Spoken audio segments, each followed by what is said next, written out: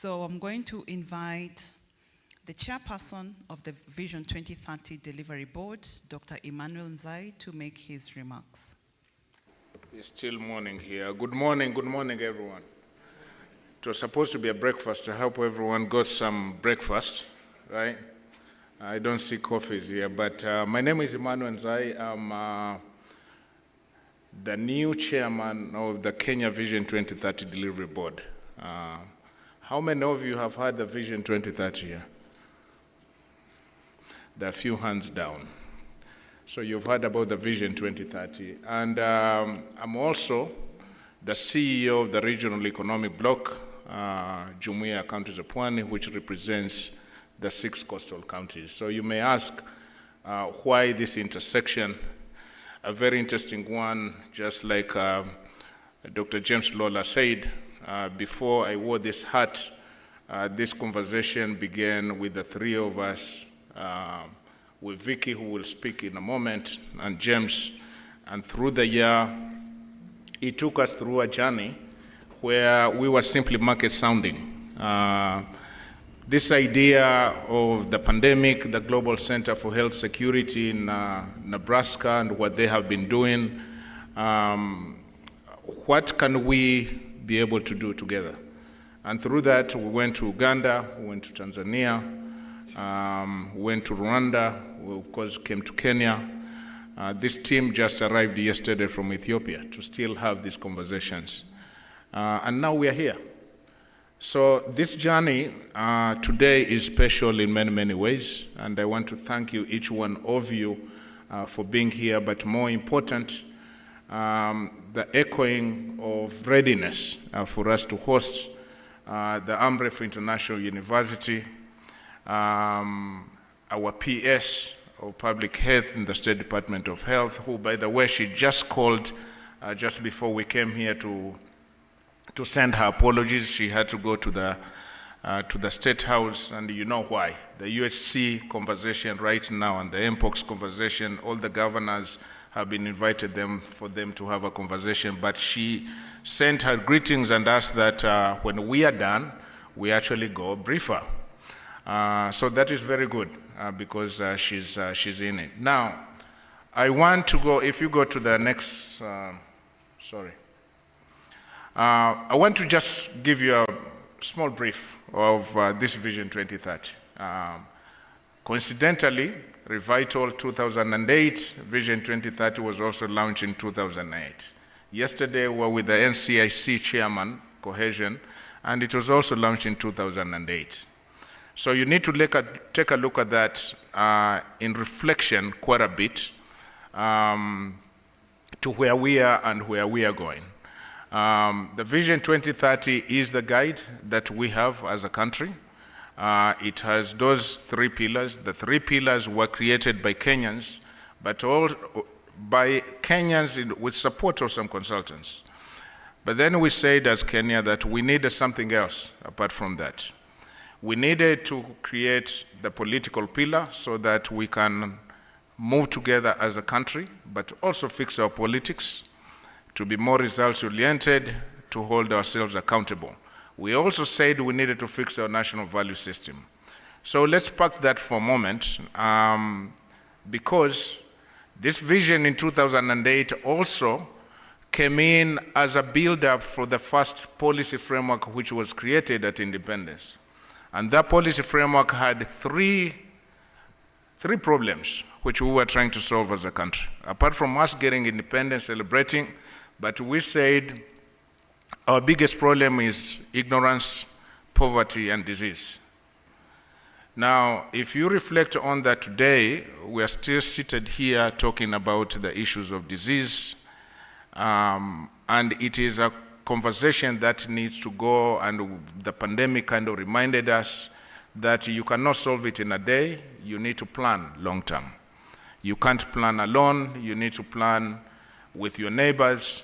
You need to plan with your communities, but you need to plan also with the globe in mind. And it was through that today, as we sit here, if you look at it very, very carefully, we have the globe here, thank you to the University of Nebraska, the Global Center for Health Security. We also have the academia, represented by the Amref University. We have the industry, private sector, which they are here, and of course we have government. So that's why they call the triple helix. So today we can actually clap for ourselves that we have succeeded. And so with that, James read these themes, and as this conversation is going on, there was one theme which we needed to add in here, and this has come in many, many conversations. Global health security financing. Especially now, and we're reminded about that it is a theme of all these things that we're talking about. There's a lot of money, this is an industry, but that money also is very, very hard to get. When we went to meet the PS the other time, we were just told that the pandemic fund which is there, which is financed by the World Bank, they had applied about twice and they were not successful. But that was just a tip of the iceberg. The issue that we have is simply that we need to also create probably more funds and more innovatively so that whatever initiative that we come out from the summit, we are also very, very clear of how we get to finance it. And so there will be other initiatives, but I thought that was one other theme which need to be added, which through the summit and the next 3 months we'll get to discuss. Now, I just want to put this more of a rallying call, because the question now is, okay, yes, we want to do this. Why and how can we do this? The Vision 2030 gets to give us some glimpse, probably, that we can do this, and I think it will be more of a rallying call to you. The Vision 2030 asked for a few things for it to be implemented. And for those who have been in this journey, you'll see, and for the whole East African community and all of us, it said we need to adopt a mindset of business unusual. This is business unusual here. We also needed to adopt a transformative leadership mindset. Those are very, very easy words to say, and many people take them differently, but it is true. In this journey and this success of this event, it has been transformative leadership, but for us to even be successful at the summit, all of us, each one of us who are here, need to have that transformative mindset that it is true that we can say never again. And James Lola taught me these words from the University of Nebraska through a conference that they had on the same thing of preparedness, and they had themed it, and never again will they be caught unprepared. And it was through that I said, you know, that's really good. I want my region to be better prepared. But it's not only my region. I want my country to be better prepared. I want the whole East Africa region, but we can only do one at a time. And so the business unusual, transformative leadership mindset, public-private partnerships are what we need to do, and private-public partnership were just mentioned here. So it is partnerships, and I think those three will probably get us there. But I think through that, we have, from the Vision 2030 side, we have a countdown that we are putting together for the whole country for us to adopt in terms of countdown actions, because this vision as we have it now and all the goals set up